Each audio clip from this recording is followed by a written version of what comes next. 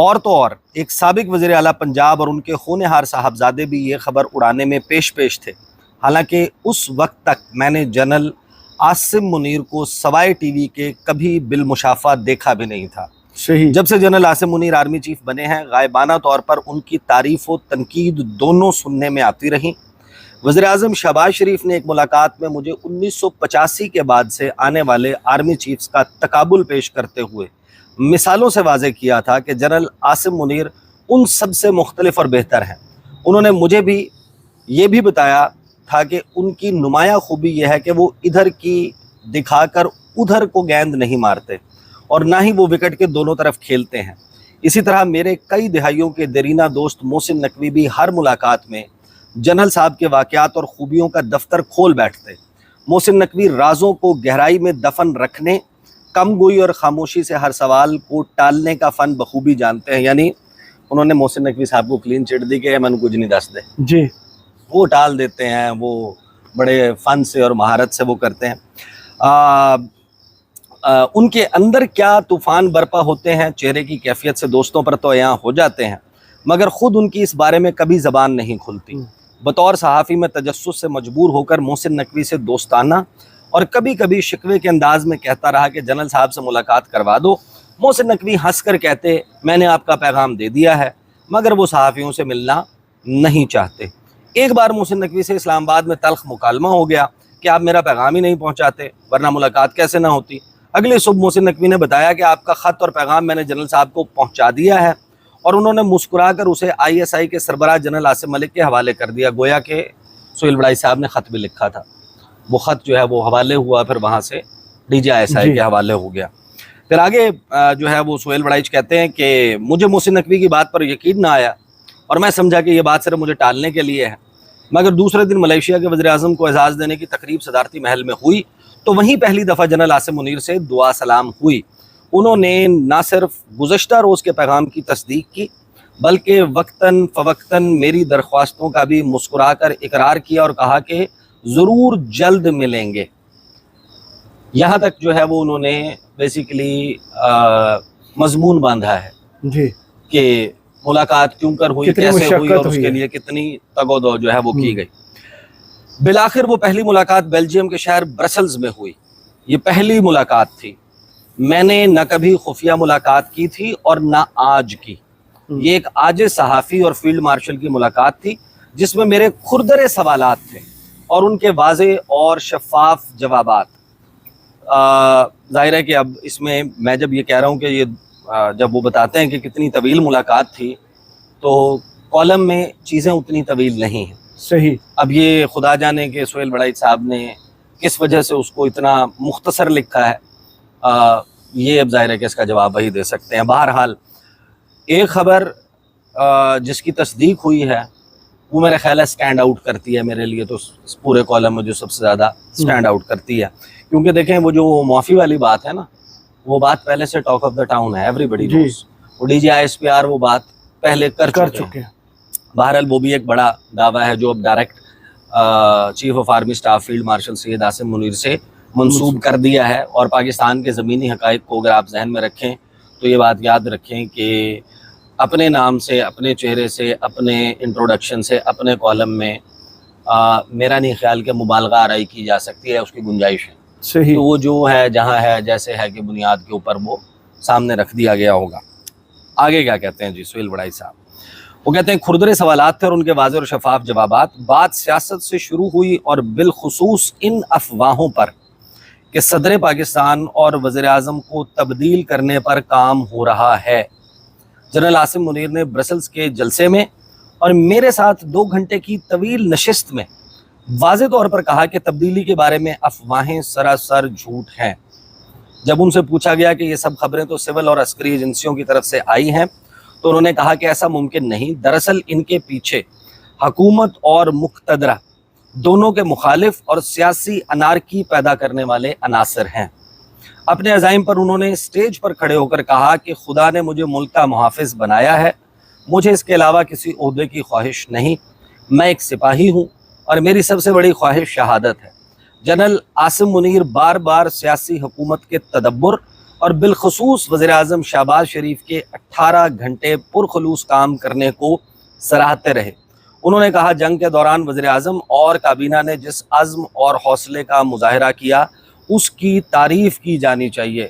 میرا خیال ہے کہ سیر و خون جو ہے وہ شہباز شریف صاحب کا جو ہے وہ بڑھ گیا ہوگا اس کالم کے بعد۔ انہوں نے الطاف حسین کے لہجے میں کہا ہوگا کہ سہیل وڑائچ کدھر ہے، ایک پپی ادھر اور ایک پپی ادھر۔ بہرحال یہ میں کیوں کہہ رہا ہوں کہ ظاہر ہے کہ یہ امپورٹنٹ خبر تھی کہ وزیر اعظم یا صدر کے حوالے سے کوئی پلان ان دا میکنگ نہیں ہے، لیکن جب آپ اس کالم کو آگے پڑھتے ہیں اور آگے اس خبر کی تصدیق سنتے ہیں جس خبر کے بارے میں ابھی تک صرف دعویٰ کیا تھا ذرائع کے مطابق، جی، تو پھر آپ کو یہ ضرور سمجھ آ جاتی ہے کہ جلد یا بدیر وہ موقع آنے والا ہے جہاں وزیر اعظم کے مستقبل کا بھی فیصلہ ہونا ہے، اچھا، جہاں آصف علی زرداری کے مستقبل کا بھی فیصلہ ہونا ہے، جہاں موجودہ حکومت کا ڈھانچے کا چہروں کے تبدیل ہونے نہ ہونے کا فیصلہ ہونا ہے۔ صحیح، یہ جب آپ آگے پڑھتے ہیں تو آپ کو پتہ چلتا ہے۔ سیاسی حوالے سے کیے گئے سوال پر انہوں نے کہا کہ سیاسی مصالحت سچے دل سے معافی مانگنے سے ممکن ہے۔ اس حوالے سے انہوں نے سٹیج پر قرآن پاک کی آدم کی تخلیق اور شیطان کے کردار کے حوالے سے آیات کا متن اور ترجمہ سنایا، جس سے واضح ہوتا تھا کہ شروع میں فرشتوں کو آدم سے مسئلہ تھا، مگر خدا نے آدم کو تخلیق کیا تو سوائے ابلیس کے سب فرشتوں نے انسان کو خدا کا حکم اور کرشمہ سمجھ کر قبول کر لیا۔ گویا معافی مانگنے والے فرشتے رہے اور معافی نہ مانگنے والا شیطان بن گیا۔ معاشی بحران کے حوالے سے جب اس میں جو کیچ فریز ہے نا وہ مصالحت ممکن ہے، مطلب ایک دعویٰ تو ظاہر ہے کہ مارکیٹ میں یہ ہے نا کہ کانٹا لگ گیا اور جی، بالکل ہی یعنی کہ جو ہے وہ دروازے بند ہیں اور فلاں ہے، تو وہ تو نہیں ہے۔ آپشن ہے کہ یعنی اب اس میں ایک چیز واضح نہیں ہے کہ یہ جو معافی کی بات کی جا رہی ہے یہ پبلک اپالوجی ہے یا یہ close door behind the doors apology بھی کنسیڈر ہوگی۔ یہ جو مصالحت ہے یہ اگر ہوتی ہے تو گیو اینڈ ٹیک پر، البتہ حکومت کے سر پر یہ لٹکتی ہوئی تلوار ہیں یہ جملے، صحیح، کہ مصالحت ہو سکتی ہے۔ یہ بات آپ علیحدہ رکھ دینا سائیڈ پہ کہ عمران خان یہ کریں گے یا نہیں کریں گے، تحریک انصاف یہ کرے گی یا نہیں کرے گی، but there is a possibility, صحیح، اور اس کا راستہ جو ہے وہ سامنے رکھا گیا ہے۔ آگے چلیں تو کالم میں کیا لکھا گیا جی؟ معاشی بحران کے حوالے سے ان کے پاس پورا روڈ میپ تھا جس میں 5 اور 10 سال کے اندر پاکستان کو دنیا کے ترقی یافتہ ممالک کے صف میں کھڑا کرنے کی منصوبہ بندی تھی۔ صحیح، اب اس سے پہلے 10 سال کا پلان ہے، 2029 کے بعد بھی یہی چہرے دیکھ رہے ہیں۔ یہ صرف دعوے تھے، صحیح، یہ صرف ذرائع کو کوٹ کرتے ہوئے بہت سارے صحافی جو ہیں وہ یہ اپنے بلاگز میں، اپنی خبروں میں، ٹیلی ویژن سکرینز پر اپنے تجزیوں میں یہ بات کرتے تھے کہ 10 سال کا پلان ہے۔ صحیح، یہ پہلی مرتبہ ہے کہ کوٹ کیا گیا ہے army chief field marshal Syed Asim Munir کو کہ 5 اور 10 سال کا پلان ہے روڈ۔ صحیح، نا اب جب آپ روڈ میپ کی بات کرتے ہیں تو روڈ میپ کا یہ مطلب تو نہیں ہوتا نا کہ میں آپ کو یہ بتا دوں کہ کرامت مغل صاحب میں نے آپ کو لاہور لے کر میں جانا اپنا گر کسی اور کے حوالے کہ کر میں نے آپ کو لاہور لے کر جانا ہے، I am in the driving seat, steering میرے پاس ہے، اور میں جیلم کے پاس جا کے آپ کو کہوں گا کہ ان راہ پیا جانے تھے واہ پیا جانے مطلب یہ تو نہیں ہوتا نا۔ صحیح، اب سوال اس میں ظاہر ہے کہ اب وڑائچ صاحب نے اس پہ شاید فالو اپ کوسچن کیا یا نہیں کیا، پوچھا یا نہیں پوچھا، لیکن ایک جینون سوال جو ذہن میں آتا ہے اس بات کو سن کے کہ 5 اور 10 سال کا، تو یہ 10 سال کا آغاز 2022 سے سمجھا جائے یا 2025 جب وڑائچ صاحب گفتگو کر رہے ہیں، یہ سوال جواب کر رہے ہیں صحیح، کہ جو 5 سال کا یا 10 سال کا روڈ میپ ہے وین ڈز اٹ اسٹارٹ؟ اگر تو 22 سے سٹارٹ ہوتا ہے تو 3 سال کی ظاہر میں آپ کس سٹیج پر آئے ہیں اور اگلے 7 سال میں کیا اچیو کرنا ہے، which means the program ends in 2032 2032۔ لیکن اگر آپ اس کو یہ سمجھیں کہ یہ 10 سال کا روڈ میپ اب سے ہے 2035، تو 2035۔ اب ظاہر ہے کہ یہ وہ چیزیں ہیں، یہ جو 10 سال کا روڈ میپ ہے اس سے مختلف سوالات اور چیلنجز سامنے ہیں۔ 2035 تک اگر یہ ہے یا 2032 تک بھی ہے تو جب یہ بات چل رہی ہے کہ موجودہ اسمبلی اپنی مدت بڑھا لے گی تو کیا کرنٹ سیٹ اپ ہی چلنا ہے یا چہرے بدلنے ہیں، لیکن منیر فاروق یا صاحب الیکشن ہونا ہے، جی الیکشن ہونا ہے تو بلاول بھٹو زرداری نے پھر آ جانا ہے پرائم منسٹر کے طور پر، عمران خان سے مصالحت ہو جانی ہے، یا شہباز شریف صاحب نے کنٹینیو کرنا ہے، یا محسن نقوی صاحب نے آنا ہے۔ ایوان صدر بھی 2032 تک سیم آکوپینٹ یا 2035 تک نہیں رکھتا ہوا نظر آ رہا۔ تو جب 10 سال کے روڈ میپ کی آپ بات کرتے ہیں کہ اس 10 سال کا روڈ میپ ہے، تو 10 سال میں تو بہت ساری چیزیں آنی ہیں۔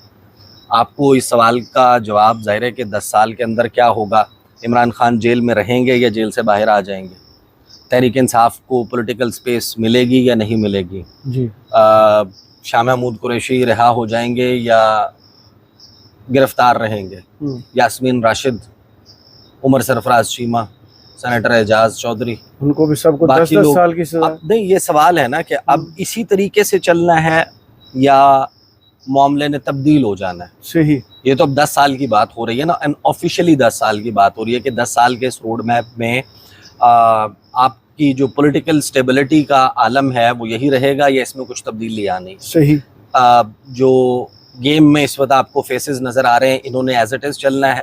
جب یہ خبریں چل رہی ہیں کہ 2050 ارب کی کرپشن جو ہے، کرپشن نہیں سوری مالی بے ضابطگی جو ہے وہ پیٹرولیم کے سیکٹر میں ہو گئی ہے، 500 ارب کا چینی کا سکینڈل ہے، 1700 ارب کا گندم کا سکینڈل ہے، 2000 ارب کی فائلز جو ہیں وہ بن چکی ہیں۔ موجودہ حکومت میں اور بیوروکریسی میں بیٹھے ہوئے لوگ ہیں جو اسپیشل انویسٹمنٹ فیسیلیٹیشن کاؤنسل کی رستے میں روڑے اٹکا رہے ہیں اور رکاوٹ ڈال رہے ہیں اور اس کو گو سلو کروا رہے ہیں۔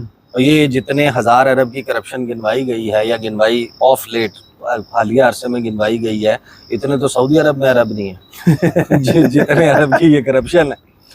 تو جس روڈ میپ کی ہم بات کر رہے ہیں یا جس 10 سال کی بات کر رہے ہیں، وہ انہاں ہی جوانہ نے کرنی ہے، گل انہاں جوانہ تے رہے گی۔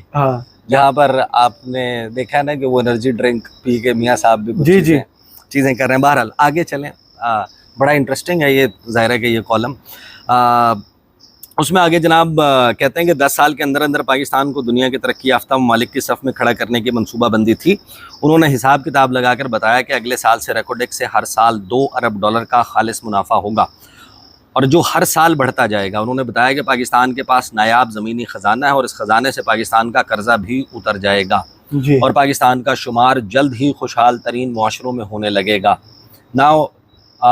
یہ جو قرضہ اتارنے کے لیے معاملہ ہے اور پاکستان کی جو ہڈن ویلتھ ہے معدنیات کے شعبے میں، بڑا واضح نظر آ رہا ہے کہ that is the road map. صحیح، اور اس حوالے سے پھر وہ کہتے ہیں کہ بین الاقوامی حوالے سے انہوں نے کہا کہ پاکستان کو چین اور امریکہ کے درمیان توازن برقرار رکھنے کا طویل تجربہ ہے، ہم ایک دوست کے لیے دوسرے کو قربان نہیں کریں گے۔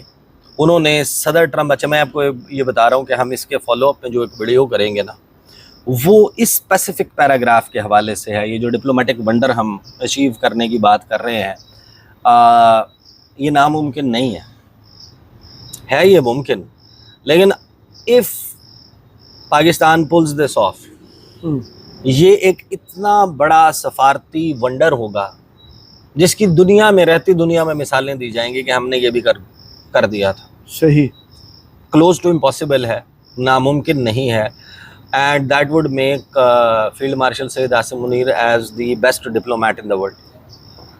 صحیح، کیونکہ ناممکن کے قریب چیز ہے نا، وہ ہم اس کو علیحدہ سے بات کریں گے کہ آپ بیسکلی اس وقت پلان کیا کر رہے ہیں، نئی دلی سے کیا رپورٹ ہو رہا ہے اور حقلہ ڈی آئی خان موٹر وے سے کیا رپورٹ ہو رہا ہے جی۔ تو اس کے تناظر میں جب آپ دیکھیں گے تو آپ کو اندازہ ہو جائے گا کہ کتنا اپ ہل ٹاسک ہے، کتنا مشکل کام ہے جس کے بارے میں بات کی جا رہی ہے۔ انہوں نے صدر ٹرمپ کی امن کی خواہش کو جینون قرار دیا اور کہا کہ پاکستان نے صدر ٹرمپ کے لیے نوبل امن انعام کی سفارش میں پہل کی، اب باقی دنیا ہماری پیروی کر رہی ہے۔ Field marshal general Asim Munir ہر موقع پر بھارت اور اس کے ہندوتوا رہنما مودی کے مذموم عزائم کو بے نقاب کرتے رہتے ہیں، جو موجودہ حکومت نہیں کرتی رہتی ہے۔ یہ میرا جملہ ہے، جو میاں صاحب نہیں کرتے رہتے ہیں۔ برسلز میں بھی انہوں نے جہاں بھارت کو متنبع کیا کہ وہ پراکسیز کے ذریعے پاکستان کے امن کو تباہ نہ کرے، وہاں انہوں نے افغان حکومت کو بھی وارننگ دی کہ طالبان کو پاکستان میں دھکیلنے کی پالیسی بند کی جائے، ورنہ ایک ایک پاکستانی کے خون کا بدلہ لینا ہم پر واجب ہے۔ انہوں نے کہا کہ ہم نے افغانوں پر سال ہر سال تک مہربانیاں اور احسانات کیے، اس کا بدلہ اتارنے کے بجائے ہمارے خلاف بھارت سے مل کر سازش کی جا رہی ہے۔ یورپ کے مرکزی شہر برسلز میں ہونے والی یہ کانفرنس اوورسیز پاکستانیز فاؤنڈیشن کے سربراہ سید قمر رضا شاہ اور میرے فیملی فرینڈ اور مہربان سردار ظہور نے مل کر کروائی تھی۔ اس میں یورپ بھر سے سینکڑوں اوورسیز پاکستانی شریک ہوئے۔ جنرل عاصم منیر کا جنگ کے فاتح کے طور پر استقبال ہوا۔ ایک اوورسیز نے تو جھک کر ان کے ہاتھوں کو چوما، کئی ایک نے صدیوں کے بعد کسی مسلمان ملک کی کافر ملک پر فتح پر انہیں خراج تحسین پیش کیا۔ اس کے بعد سہیل وڑائی صاحب بتاتے ہیں کہ انہوں نے کیا مشورے دی۔ اچھا، مشورے کہ جی سر یہ بھی کریں یہ بھی کریں۔ اس میں بڑی دلچسپ میرا خیال ہے کہ جو شاید سب سے کم ڈسکس ہونے والا پیراگراف ہے، اب ہم اس پیراگراف پہ پہنچ چکے ہیں اس کالم کے، کیونکہ اس میں جو بات کی گئی ہے اس بات کے اندر بھی ایک بات ہے، اور وہی اصل میں ساری بات ہے۔ مغل صاحب، جنرل عاصم منیر ذاتی طور پر تکبر سے کہیں دور ہیں، حالانکہ عام طور پر حکمرانوں اور جرنیلوں کے ارد گرد ڈھاٹوں بچوں کا شور ہوتا ہے، مگر وہ گھنٹوں کھڑے ہو کر کم از کم 200-300 لوگوں سے ملے، ہر ایک سے مصافحہ کیا، ان کے ساتھ تصویر بنوائی اور ہر ملاقاتی کے ایک آدھ سوال کا جواب بھی دیا۔ ان کے چہرے پر کوفت نہیں بلکہ ہلکی سی مسکراہٹ تھی۔ ایک دو ساتھیوں نے مشورہ بھی دیا کہ اتنے لوگوں سے ملنا بد انتظامی پیدا کر دے گا، مگر انہوں نے عجز سے کہا کہ یہ لوگ بہت دور دور سے آئے ہیں، ملنے کے خواہش مند ہیں، تو ان کا دل کیسے توڑا جائے۔ اور پھر جب تک آخری اوورسیز پاکستانی ان سے ہاتھ ملا کر رخصت نہیں ہوا، وہ اپنا یہ فرض نبھاتے رہے۔ ایک سیاسی ورکر نے مجھے کہا کہ اتنا حوصلہ تو سیاسی لیڈروں میں نہیں کہ ہر ایک سے ملنا گوارا کریں۔ فیلڈ مارشل نے اس عاجز کی معروضات کو کمال مہربانی سے سنا۔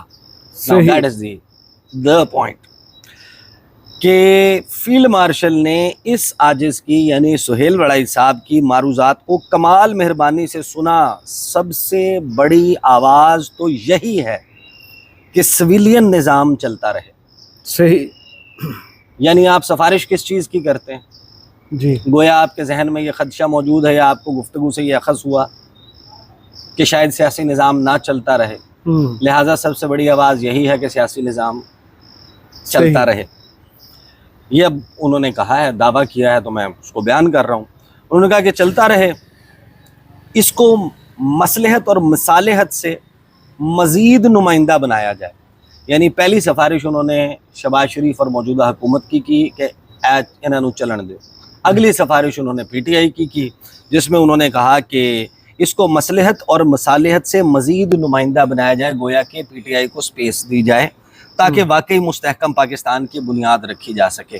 تو بطور مشیر سہیل وڑائی صاحب نے ان کو بتایا کہ موجودہ حکومت کو بھی چلنے دیں، جو باتیں چلتی ہیں کہ نظام لپیٹ دیا جائے گا ایسا بھی کچھ نہ ہو، اور اس کو مزید انکلوسیو بنا لیں، شمولیت کر لیں، مصلحت کر لیں، مصالحت کر لیں۔ اب وڑائی صاحب اس پہ مزید کوئی فالو اپ انٹرویو دیتے ہیں یا فالو اپ کوئی اور چیز لکھتے ہیں، البتہ ظاہر ہے کہ 2 گھنٹے میں اس سے کہیں زیادہ باتیں ہوئی ہوں گی۔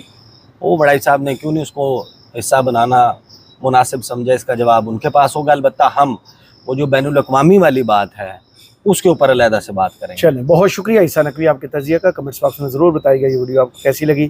اجازت دیجیے، اللہ حافظ۔